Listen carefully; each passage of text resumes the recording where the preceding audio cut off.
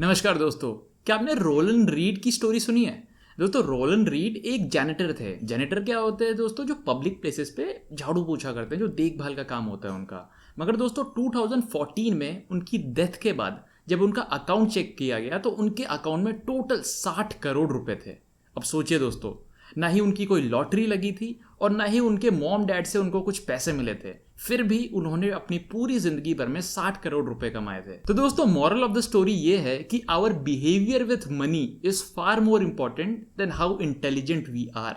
हम पैसों को कैसे हैंडल करते हैं वो ज्यादा इंपॉर्टेंट है उसके मुकाबले कि आप कितने इंटेलिजेंट हो। दोस्तों, भले ही आपके पास कोई आईआईटी या फिर आईआईएम की डिग्री नहीं है, फिर भी आप लॉन्ग टर्म में बहुत अच्छे खासे पैसे बना सकते हो। दोस्तों, जैसे कि मॉर्गन हाउसेल अपनी बुक साइकोलॉजी ऑफ मनी में बोलते हैं कि financial success is not a hard science, it's a soft skill where how you behave is more important than what you know. और दोस्तों, आज की वीडियो में हम साइकोलॉजी ऑफ मनी बुक से, जो मॉर्गन हाउसेल ने लिखी थी, उससे बहुत इंपॉर्टेंट 5 लेसन देखने वाले हैं। तो चलिए दोस्तों शुरू करते हैं। तो दोस्तों, सबसे पहला लेसन है पे द प्राइस। मान लीजिए दोस्तों, आपको एक नई वॉच लेनी है और वॉच को लेने के लिए आप एक शोरूम में जाते हो।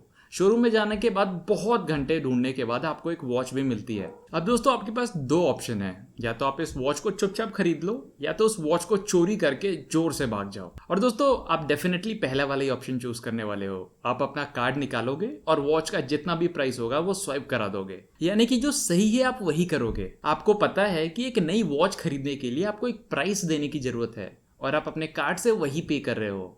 और दोस्तों, इन्वेस्टिंग में जिससे आपको लॉन्ग टर्म पैसे बनते हैं, उसमें भी आपको यही करना होता है। आपको एक प्राइस पे करना होता है जिससे आपको लॉन्ग टर्म में बहुत अच्छे रिटर्न्स मिल सकें। अब दोस्तों, इन्वेस्टिंग में प्राइस क्या होता है वो मैं आपको बताता हूं। दोस्तों, आप सबको पता है कि स्टॉक मार्केट बहुत ज्यादा वॉलेटाइल होता है, यानी कि वो कभी भी ऊपर और कभी भी नीचे चला जाता है। मगर आपको ये भी पता है कि लॉन्ग टर्म में आपको बहुत अच्छे रिटर्न्स मिल सकते हैं। इसीलिए दोस्तों, अगर आपके पास वो गट्स नहीं है कि आप तभी भी इन्वेस्टेड रह पाओ जब आपका पूरा पोर्टफोलियो 20% नीचे है, तो दोस्तों आपको अच्छे रिटर्न्स नहीं मिल सकते। और दोस्तों, जिस फीस की मैं बात कर रहा था वो यही गट्स हैं जिनको आपको संभाल के रखना है और कभी भी घबराना नहीं है। लॉन्ग टाइम तक इन्वेस्टेड रहना है ताकि आप अच्छे रिटर्न्स कमा पाओ। दोस्तों, नेक्स्ट लेसन का नाम है नॉट इनफ। वॉरेन बफेट अपने एनुअल शेयर होल्डर्स मीटिंग में बोलते हैं कि अगर आप एक इंसान को 2 करोड़ रुपए दो और वहीं अगर उसको ये पता चले कि उसको बाजू वाला उससे 1 रुपए भी ज्यादा कमा रहा है, तो उसका पूरा मूड उदास हो जाएगा। और दोस्तों, इसी को हम लोग बोलते हैं एनवी। अब दोस्तों, कैपिटलिज्म के आने से 2 चीजें अच्छी हो गई हैं। सबसे पहला कि पैसे अच्छे खासे बनने चालू हो गए हैं, और दूसरा, एक इंसान अब दूसरे इंसान से बहुत ज्यादा जेलस फील करना चालू कर दिया है। दोस्तों, अपने नेबर्स, कलीग्स या फिर दोस्तों से जब आप खुद को कंपैरिजन करते हो तो इससे आपको अच्छा खासा मोटिवेशन मिल जाता है कि आप उन लोगों से आगे निकलो और उनसे भी अच्छा परफॉर्म करने की कोशिश करो।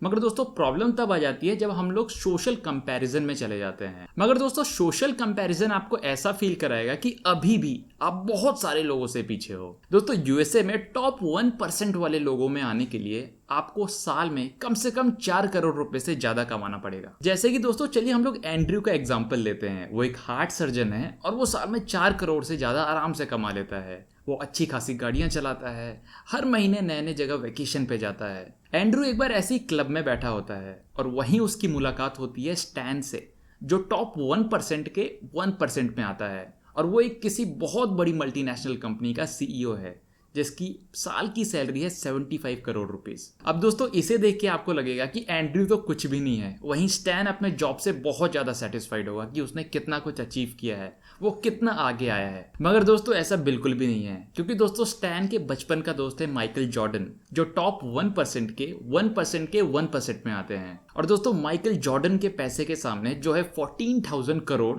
उसके सामने स्टैन सिर्फ एक मूंगफली का दाना जैसा दिखता है। मगर दोस्तों, क्या सब कुछ इधर ही खत्म हो जाता है? बिल्कुल भी नहीं, क्योंकि माइकल जॉर्डन बहुत सारी पार्टीज अटेंड करते हैं जहां उनकी मुलाकात जेफ बेजोस से होती है, जो अमेजॉन के फाउंडर हैं। और उनकी टोटल नेटवर्थ है 15 लाख करोड़, जो टॉप 1% के 1% के 1% के 1% में आते हैं। दोस्तों, मॉरल ऑफ द स्टोरी यही है कि आपको हमेशा कोई ना कोई ऐसा इंसान मिलेगा जो आपसे भी बेहतर होगा। और दोस्तों, इतिहास गवाह है कि जब हम लोग कोई भी काम जेलेसी की वजह से करते हैं तो उससे हमारा ही बुरा होता है। बहुत सारे लोग सुसाइड कर लेते हैं और बहुत सारे लोग जेल भी जाते हैं। दोस्तों, जब आप खुद को हमेशा बेहतर बनाते जाओगे, नई नई किताबें पढ़ोगे, तो दोस्तों बहुत समय बाद लाइफ में ऐसा टाइम आएगा जब आप फुल्ली फाइनेंशियली फ्रीडम अचीव कर लोगे और दोस्तों एक समय आपको डिसाइड करना पड़ेगा कि इनफ इज इनफ। अब दोस्तों थर्ड पॉइंट है, crazy is in the I of the beholder.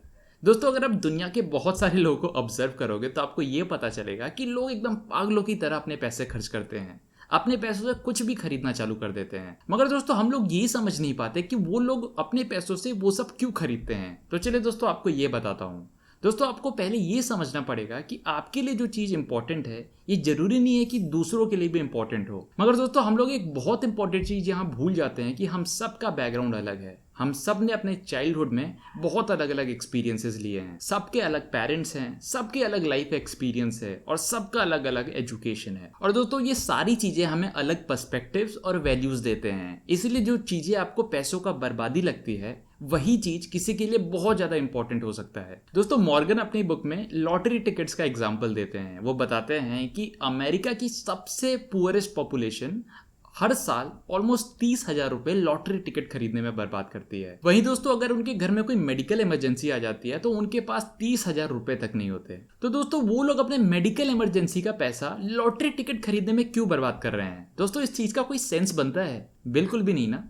चलिए दोस्तों अब इसी चीज को हम लोग उन लोगों के नजरिए से देखते हैं। दोस्तों अमेरिका के जो पुअर पॉपुलेशन है वो लोग पे चेक टू पे चेक जीते हैं और उनके पास सेव करने के लिए थोड़े से भी पैसे नहीं बचते। उन लोगों के पास एक अच्छी एजुकेशन नहीं है, इसीलिए दोस्तों वो लोग करियर में एक अच्छा पाथ चूज नहीं कर सकते। वो लोग कहीं छुट्टी जाने का तो छोड़ो, उन लोगों के पास एक अच्छी कार खरीदने तक के पैसे नहीं है। वो लोग अपने बच्चों को एक अच्छी कॉलेज एजुकेशन दिलाने के बारे में भी नहीं सोच सकते बिना लोन लिए। और दोस्तों लॉटरी खरीद के वो लोग ऐसे ही ड्रीम्स खरीदना चाहते हैं जो हम में से बहुत सारे लोग पहले से ही जी रहे हैं। और दोस्तों इसीलिए वो लोग ज्यादा लॉटरी टिकट्स खरीदते हैं हमारे मुकाबले। अब दोस्तों ये सब जान के उन लोगों की बेवकूफी उतनी बेकार भी नहीं लगती, राइट? दोस्तों अगर हम लोग उन लोगों के नजरिए से दुनिया को देखने लग जाएं, या फिर हम बस यही जान ले कि दुनिया को देखने के बहुत सारे नजरिए हैं, तो दोस्तों इससे आपको भी सोसाइटी को देखने का पूरी तरह नजरिया बदल जाएगा और आप उस रास्ते पे चल सकते हो जिस पे आपको पूरी तरह विश्वास है। अब दोस्तों हमारा फोर्थ लेसन है पीकअबू। दोस्तों वर्ल्ड वॉर 2, फाइनेंशियल क्राइसिस और कोविड में दोस्तों कौन सी चीजें कॉमन है? सबसे पहला तो यही है कि इन सारी चीजों ने हमारे सोसाइटी को और भी ज्यादा मैच्योर बनाया। दूसरा कि इनसे हमारे फाइनेंशियल मार्केट्स पे बहुत बड़ा असर हुआ।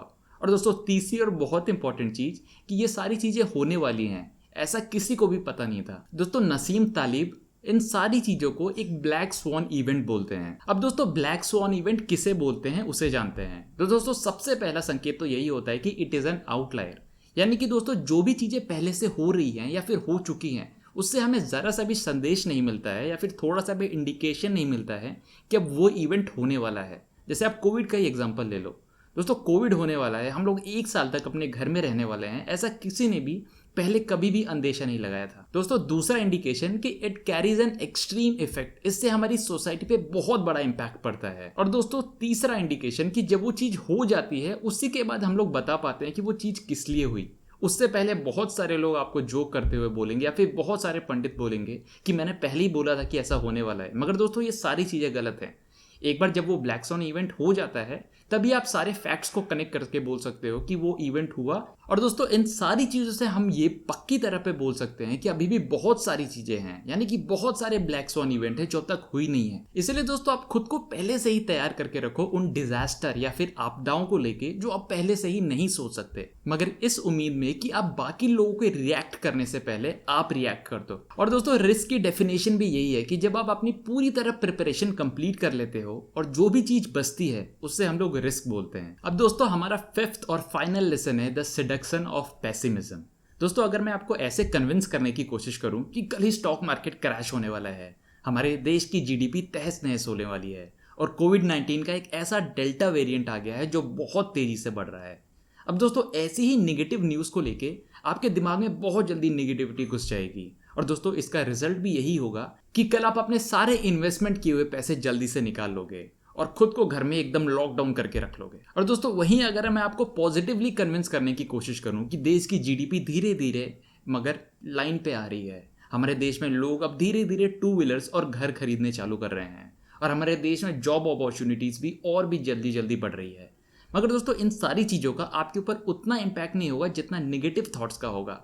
आप थोड़ा सा ही सर हिलाओगे और बोलोगे ठीक है ये तो लॉन्ग टर्म में होता ही है। और दोस्तों रिसर्च भी यही बताता है कि एक पेसिमिस्ट इंसान जो चीज़ों को हमेशा निगेटिवली वे में देखता है वो ज़्यादा इंटेलिजेंट दिखता है उस इंसान के मुकाबले जो ज़्यादा ऑप्टिमिस्टिक हो, यानी कि जो चीज़ों का हमेशा अच्छा अच्छा ही देखता हो। दोस्तों डैनियल kahneman अपनी book thinking fast and slow में बोलते हैं कि अगर आप दो न्यूज़ को लो, जो एक गुड है और एक बैड है, और दोनों ही उतने ही इक्वली इंपॉर्टेंट हैं, मगर दोस्तों हमेशा निगेटिव न्यूज़ का वेट ज़्यादा होता है और वो ज़्यादा कन्विंसिंग भी लगता है गुड न्यूज़ के मुकाबले। दोस्तों हम लोग पेसिमिस्ट की बातों में इसीलिए इतना जल्दी विश्वास कर लेते हैं कि जो निगेटिव चीज़ें होती हैं वो अचानक से होती हैं। आपके साथ कुछ बुरा होने वाला है तो वो अचानक से होता है, मगर वहीं दोस्तों गुड न्यूज़ को होने में टाइम लगता है, उनको डेवलप होने में टाइम लगता है। भले आप कोई गुड हैबिट ले लो या फिर देश की जीडीपी ले लो, कोविड की वजह से जो भी जीडीपी इम्पैक्ट हुई है दोस्तों, उसको बढ़ने में या फिर ग्रो होने में अचानक से दोस्तों वो कभी भी ग्रो नहीं हो सकती, उसको 1-2 साल लगेंगे।